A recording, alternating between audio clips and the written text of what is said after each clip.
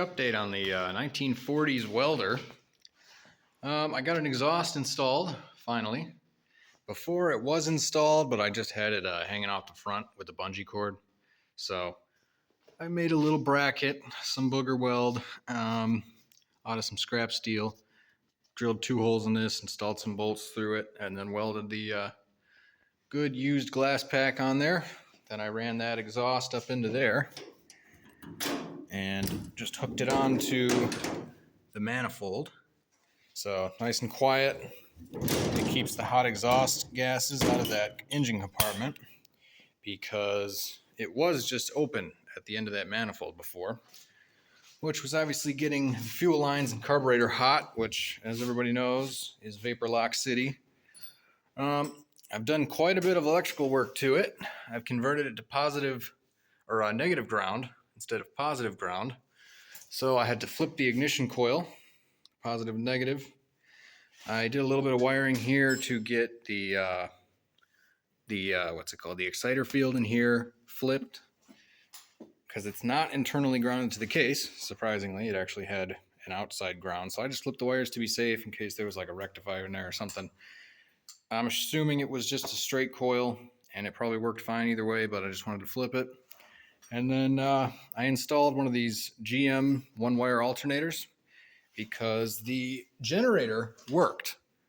The old school generator, it worked, but I couldn't find a voltage regulator for it for 12 volts.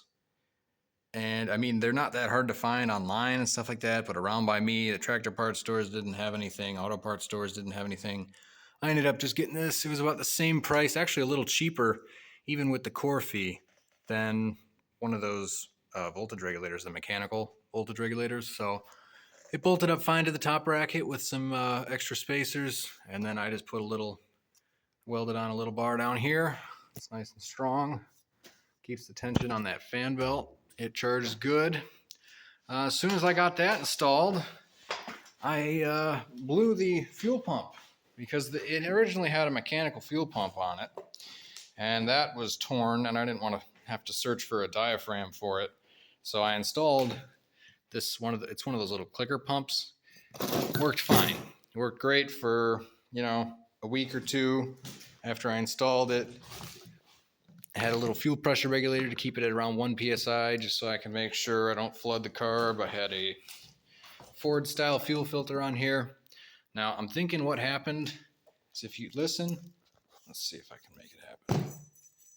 It's got something jingling around in there. So I don't know if the filter element, came apart or something, but I think something got into this pump, blocked it off, and then melted the coil in here, because this thing was hot and it just stopped producing fuel pressure. So now I got to take that back and see if I can get another one and then reinstall the fuel system. And then from there, we're going to be wire wheeling, getting this thing painted black. I got a trailer to go for it, to mount it on there, and then we'll go from there.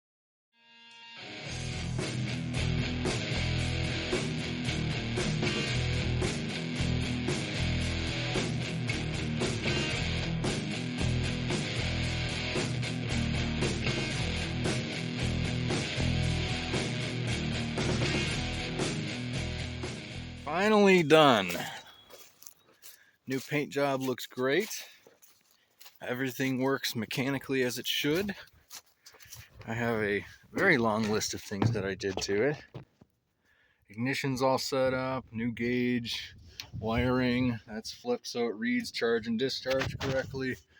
New fuel pump pressure regulator. Everything works as it should. There's just one more thing, and it's just a little thing. I need another cap. This is the radiator cap. Or no, that's the fuel cap, and this is the radiator. I only have one, but it takes the same cap, so I got to look around at tractor parts places and see if I can find it. But it welds great, idles great, starts great.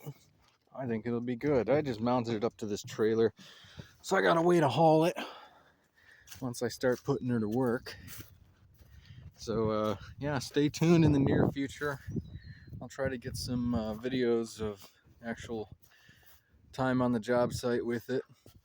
And stuff's probably going to break down, mid-job. So it'll be interesting to see how she does.